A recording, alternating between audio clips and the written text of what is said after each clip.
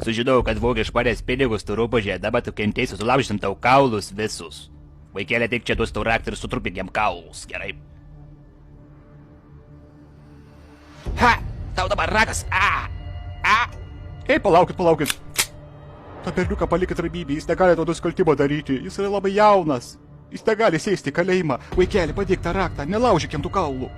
O labas šitų, ačiū, kad atėjai manęs išgelbėti.